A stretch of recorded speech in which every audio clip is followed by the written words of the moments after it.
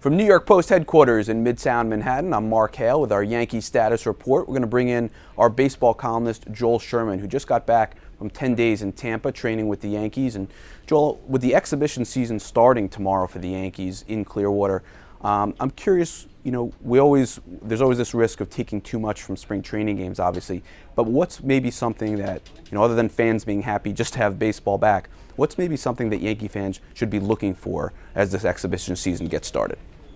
Mark, it's an excellent point. I always tell people that there is stuff that happens in spring training that really matters, but you generally don't know what that stuff is until June or July.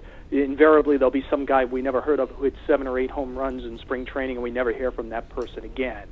But obviously, there's some stuff early on you want to see. Physical condition of Alex Rodriguez. How's he moving around? Clearly, last year, at the end of the season, it looked like he was carrying an anvil as he was running around the bases. He went for some special surgery in the off-season, a special procedure called orthokine in Germany, and he started a new exercise regimen recommended to him by Hale. We'll see if that has to do, if that's helped.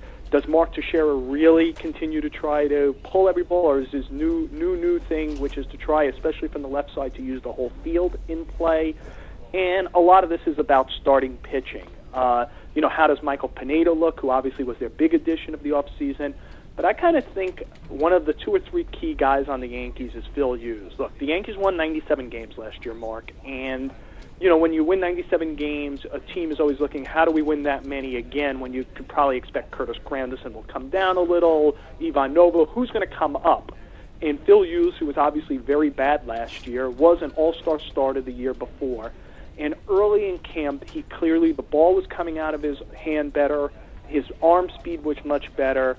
That's one of those, it feels like it's important in spring training, and we'll see if it actually carries through. Because if the Yankees have a number 4 or 5 starter as good as the all-star version of Phil Hughes, it will be very difficult for them not to win 94 or 95 games. All right, Joel, let's talk a little bit about Bobby Valentine, who obviously has been in the news with the Yankees these last couple of days here. Mike Vaccaro for us compared him to kind of New England's version of Rex Ryan now. And Joel, you're somebody who knows Bobby really well for a long time, and I'm curious, when he says these things about Alex Rodriguez and about Derek Jeter, is he saying them solely for provocation, or is there some honesty behind this as well? In other words, does he actually believe these things about Jeter and A-Rod, and he's also trying to provoke, or do you think this isn't even something that he believes? I think that both things are true. Look, it's probably better than it's ever been, Mark, but in general, Bobby Valentine doesn't have much of an editing valve. The stuff that, regular managers think but don't say, Bobby says. He has a very kind of active, fertile mind. He doesn't believe in the orthodoxies of the game, that simply because this is the book. He puts it through his own book. Does he believe in playing the infield in or back in certain situations? He's not going by a book. He's going by his experience and his idea of what should or shouldn't work. And, that kind of makes him disliked by a lot of people because instead of just going along to get along, he refuses to do that.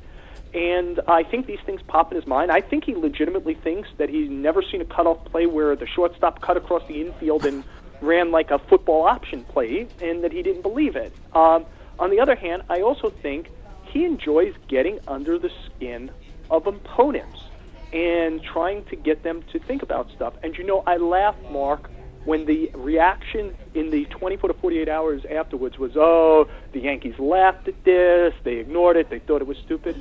I'm telling you, it's like the stupid stuff that Rex Ryan says, or that, remember, it's all stupid stuff. And then Brandon Jacobs and Rex Ryan are ready to fight on the field, right. And, this will cause some real heat. Players, will be, whether you blame it on the media or not, it will be brought up in and around Yankee Red Sox games, and, the passion of the fans will be heated by it. And you'll have a little more on what's already a preheated rivalry. I think it will bring it. And you know what? I think Bobby loves that. I think Bobby is always looking for that extra 1 or 2% to try to give his team. And one of those elements is to try some psychological warfare.